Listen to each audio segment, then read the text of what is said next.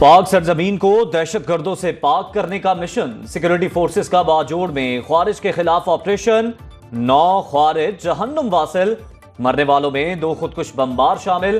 ISPR کے مطابق intelligence based operation میں خارجی ساجد محمد عرف قریشی استاد بھی مارا گیا۔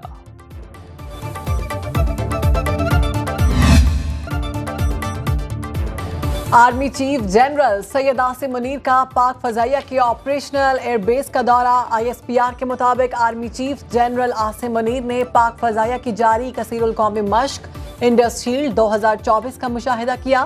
سربراہ پاک فضائیہ air chief marshal Zaheer Ahmed Babar اور سربراہ پاک بحریہ ایڈمرل نوید اشرف بھی موجود تھے۔ آرمی چیف نے انٹر سروسز تعاون کے اہم کردار پر زور دیا۔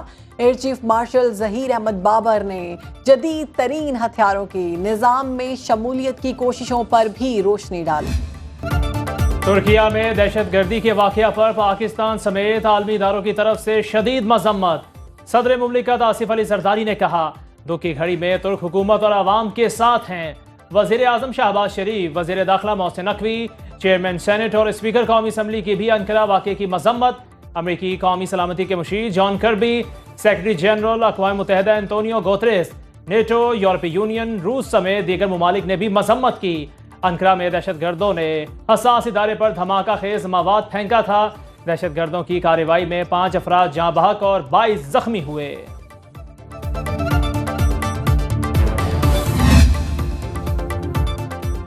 اقوام متحدہ کا عالمی دن۔ 2 عالمی جنگوں کے بعد دنیا کو امن اور انصاف کی فراہمی کے لیے اقوام متحدہ قائم ہوئی۔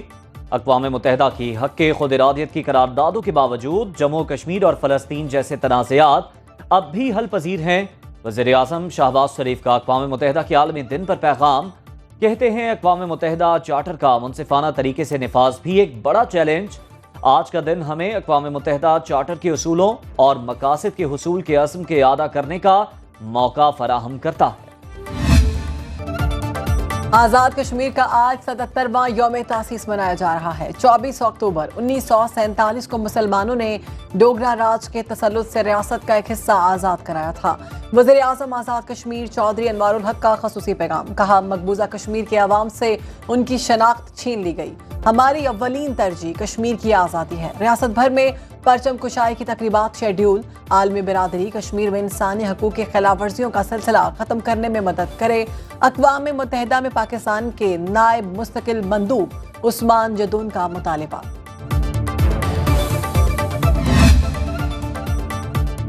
پاکستان میں تنخواہ دار طبقے پر مزید ٹیکس نہیں لگا سکتے۔ صنعتی شعبہ بھی ٹیکس کی زیادہ سے زیادہ حد تک پہنچ چکا ہے۔ وزیر خزانہ محمد اورنگزیب کا فرانسیسی نیوز ایجنسی کو انٹرویو، بولے PI اور اسلام آباد ایئرپورٹ کی نجکاری نومبر میں ہو جائے گی۔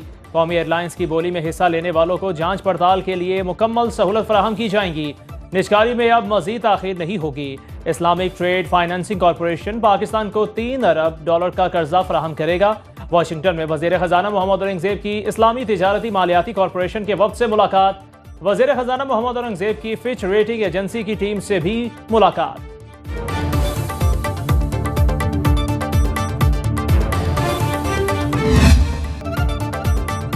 پاکستان سٹاک مارکیٹ کا نئی بلندیوں کی جانب سفر۔ کاروباری ہفتے کے چوتھے روز 88,000 کی نفسیاتی حد بھی عبور کر لی۔ انڈیکس میں 930 پوائنٹس کا اضافہ، 88,124 کی بلند ترین سطح پر ٹریڈنگ۔ کرنسی مارکیٹ میں روپیہ مستحکم، ڈالر 277 روپے 74 پیسے میں فروخت۔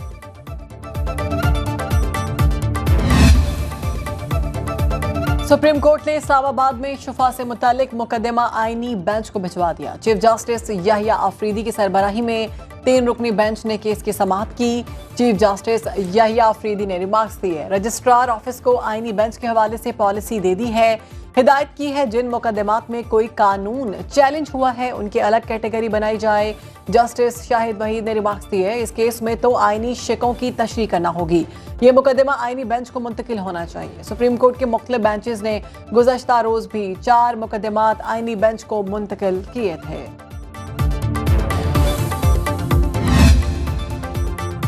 جسٹس منصور علی شاہ کا خصوصی بینچ میں بیٹھنے سے انکار، چیف جسٹس کو ایک اور خط لکھ دیا۔ ترمیمی آرڈیننس پر فل کورٹ بیٹھنے تک خصوصی بینچز کا حصہ نہیں بنوں گا۔ खत में सर थॉमस मॉरे का कॉल भी नकल किया गया। चीफ जस्टिस को खत बतौर सरबराह प्रैक्टिस एंड प्रोसीजर कमेटी लिखा गया।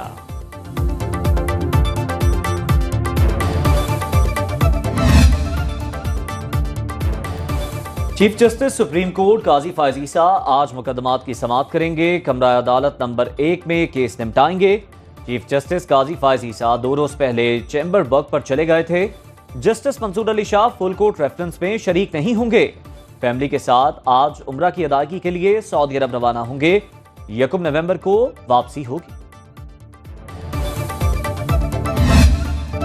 9 मई के वाकयात में फौजी इमलाक पर हमला किया गया। 26वीं आईनी तरमीम को भी इसी तरह निशाना बनाया गया जैसे 18वीं तरमीम को बनाया था।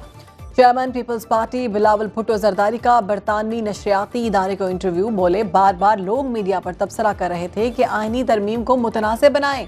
आर्टिकल 8 में तजवीज़ क्यों, कहां से आई, ये बताना चाहता हूं। हुकूमत चाहती थी फौजी इमलाक पर हमला करने वालों का ट्रायल मिलिट्री कोर्ट में हो। लोगों ने चीफ जस्टिस काजी फायज ईसा को मुतनाज़िब बनाने की भी कोशिश की। मिलिट्री कोर्ट से मुत्तल्लिक सुप्रीम कोर्ट ने आइन की तशरीह भी की।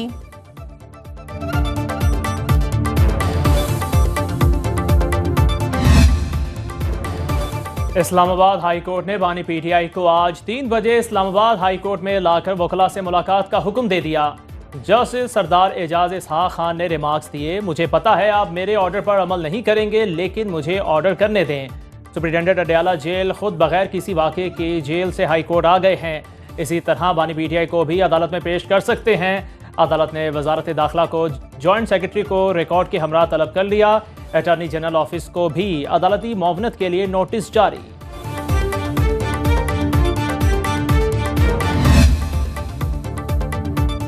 तोशाखाना 2 केस में बुशरा बीबी की दरख्वास्त जमानत का मामला। बुशरा बीबी के जमानती मचल के जमा करा दिए गए।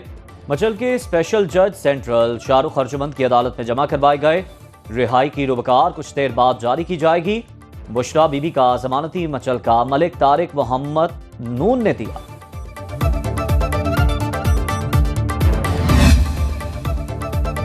खैबर पख्तूनख्वा काबीना इजलास कुछ देर बाद होगा। इजलास की सदारत वज़ीर आला अली अमीन गंडापुर करेंगे। इजलास का 46 निकाती एजेंडा जारी। मुख्तलिफ महकमों में खाली आसामियों पर अफसरान की भर्तियों की मंजूरी भी एजेंडे का हिस्सा।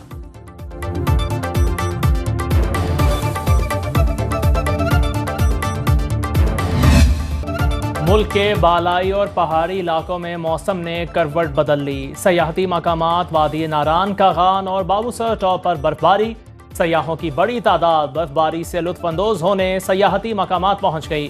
पेशावर में 2 रोज कबल होने वाली बारिश से मौसम सर्द हो गया। शाम और सुबह के औकात में शहरियों ने जैकेट्स और गर्म कपड़ों का इस्तेमाल शुरू कर दिया। कराची में गर्मी की लहर ताहाल बरकरार। आज ज्यादा से ज्यादा दर्जा हरारत 38 डिग्री होने का इम्कान। खुश्क मौसम की वजह से लाहौर और पंजाब के मुतादिद शहर बदस्तूर स्मोक की लपेट में। लाहौर और कराची दुनिया के 5 आलूदा तरीन शहरों में शामिल।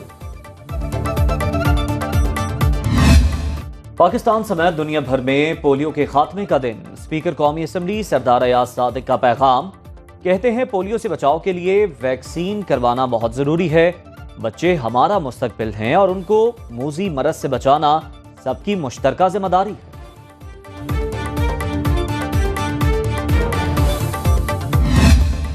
बेलगाम इजरायली अफवाज की जारहियत न रुक सकी। गाजा, दीर उल बलाह, जबालिया समेत कई इलाकों में मुसलसल कार्रवाइयां। 24 घंटे में मजीद 80 फलस्तीनी शहीद। औरतों बच्चों समेत जंग में शहदा की तादाद 42,800 तक जा पहुंची। लेबनान में सेहोनी तैयारों की बमबारी से मजीद 70 शहरी लुकमा अजल। मुतादिद जख्मी। बैरूत में कई इमारतें मलबे का ढेर बन गईं। अमरीकी वज़ीर ख़ारिजा एंटोनी ब्लिंकन और सऊदी वली अहद शहजादा मोहम्मद बिन सलमान की मुलाकात। गाजा और लेबनान की सूरत हाल पर तशवीश का इजहार। जंग बंदी की कोशिशों पर तबादला ख्याल।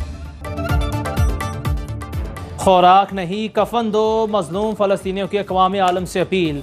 फ़लस्तीनी वजारत सेहत ने आलमी बरादरी से खुराक की बजाय कफन भेजने की अपील कर दी। मैयतें ढांपने के लिए अब कफन ख़त्म हो गए हैं। कम्बलों में शहदा को दफन किया जा रहा है। फ़लस्तीनी हुकाम का कहना है सर्दी की वजह से शहरियों को कम्बलों की भी अशद ज़रूरत है। रूस में होने वाले ब्रिक्स इजलास में मशरिक़ वस्ता की सूरत हाल पर तशवीश का इजहार। इजलास का मुश्तरका एलामिया जारी। غزہ اور لبنان میں انسانی جانوں کے ضیاع پر اظہار افسوس۔